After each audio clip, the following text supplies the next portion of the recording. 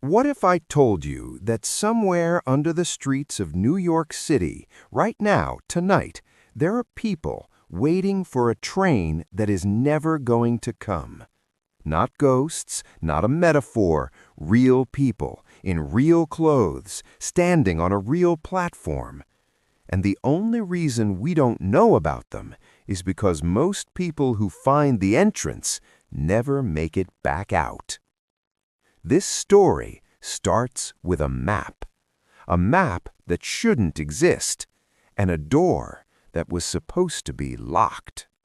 Marcus Webb was a graphic designer, the kind of guy who spent his weekends hunting for vintage print work, old concert posters, forgotten magazine layouts, anything with a story baked into the typography.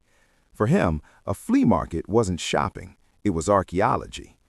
On a Sunday in October, between a box of warped vinyl and a stack of water-damaged cookbooks, he found it.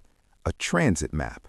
NYC subway, printed on thick, yellowed stock, probably late 1950s based on the font and the color blocking, that particular shade of orange they stopped using after 1967. He paid $3 for it without thinking twice. There's a detail here worth noting, and it matters later.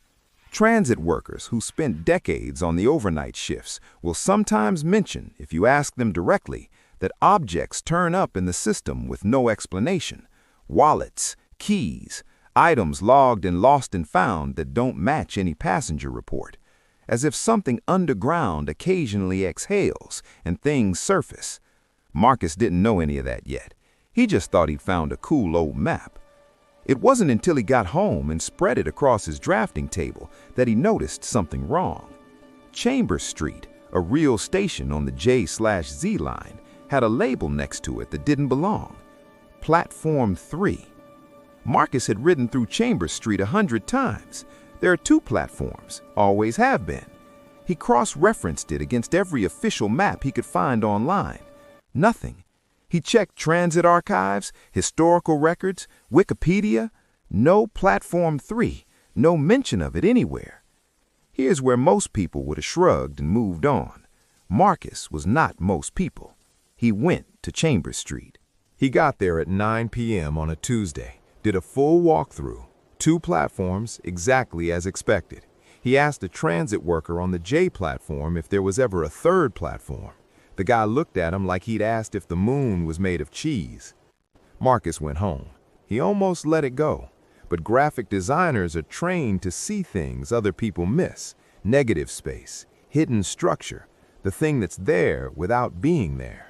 So he went back the next night, later this time, 11:15 p.m. He walked the full length of both platforms, looked at every wall, every door, every seam in the tile. And then he sat down on a bench and waited, though he couldn't have told you what he was waiting for. At 11:38, the last train of the night came through. The platform cleared. He was alone, and in the silence, for the first time, he heard something. Not a train, something else. A low hum, almost below hearing, coming from the far end of the southbound wall. He walked toward it, and that's when he saw the door. Set flush into the tile, same color as the wall, no handle, just a push bar mechanism. Institutional, the kind of door you stop seeing after a while because it looks like it belongs there. Above it, stenciled in faded black paint, Platform 3, authorized personnel only. Marcus stood there for a long time. Then he noticed it wasn't fully closed. A half-inch gap, warm air coming through, and sound. Not the hum anymore, something else. Something that made absolutely no sense in a subway station at 11:40 p.m. Voices. Quiet, unhurried voices, like people having ordinary conversations while they wait. He pushed the door open. The platform looked like a museum exhibit. Not in a dusty, abandoned way, in a living way. The lights were on, warm, incandescent bulbs, not the fluorescent strips used everywhere else in the system. The tiles were clean, pale green and cream. The signage was old style, serif lettering, black on white. Chambers Street, Platform 3. And there were people. Maybe 30 of them, standing in loose clusters or sitting on wooden benches. Men in fedoras and wide lapel suits. Women in A-line skirts and headscarves. A teenager in a varsity jacket, sitting alone, staring at the tracks. Nobody looked at Marcus when he walked in. He said hello to the nearest person, a man in his 50s with a newspaper folded under his arm.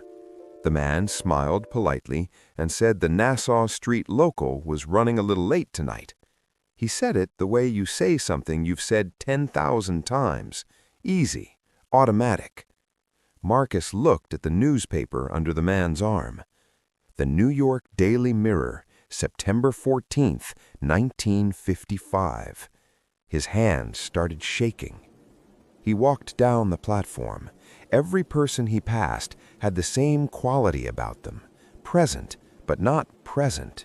Waiting, patiently, endlessly waiting, the way you wait when you genuinely believe the train is coming. But Marcus knew. He'd looked up the transit history. The Nassau Street Local, the BMT line that served this exact station, had been rerouted and rebranded out of existence by 1968. And the Daily Mirror had shut down in 1963. Here's what the official records don't say, and what a transit historian named Dr. Patricia Osai documented in a 2019 self-published research paper that circulated briefly before disappearing from the internet. Between 1952 and 2019, the New York City transit system logged 127 cases of passengers who entered a subway station and never came out. Not runaways, not people who exited through other routes, people who walked in and, by every available record, ceased to exist. The NYPD classifies them as missing persons, cold cases, unsolved. But Dr. Osai's theory, built on decades of transit worker testimonies and anomalous maintenance logs, was different. She believed these people hadn't gone anywhere. They were still in the system, caught in what physicists studying closed time-like curves have theorized as a temporal anchor, a point in space-time that loops back on itself when certain conditions align, specific locations, specific times, a kind of cosmic reset where the loop feels, to the people inside it, like 5 minutes of waiting. To the rest of the world, it's been 70 years. Marcus understood this on a cellular level as he stood on Platform 3 at 11:47 p.m. And then he looked at the door. It was closing. Not slamming shut. Slow, mechanical, the kind of slow that is somehow worse than fast because it means the thing closing it is patient.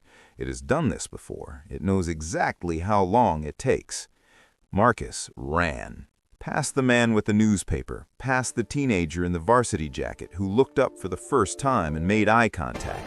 And the look on that kid's face was not confusion, it was recognition, like he'd watched other people run for that door, like he'd counted how many made it. The gap was 4 inches when Marcus hit the push bar, 2 inches when he squeezed through sideways, scraping his shoulder on the frame. He landed on the platform floor on the other side, breathing like he'd surfaced from deep water. The door closed behind him with a sound like a filing cabinet drawer, a soft, final click. He sat on the Chambers Street platform floor for a long time. The fluorescent lights buzzed overhead. A rat ran past his foot. The ordinary world reassembled itself around him. He still had the old subway map in his jacket pocket. He took it out, and where Platform 3 had been marked, the label was gone.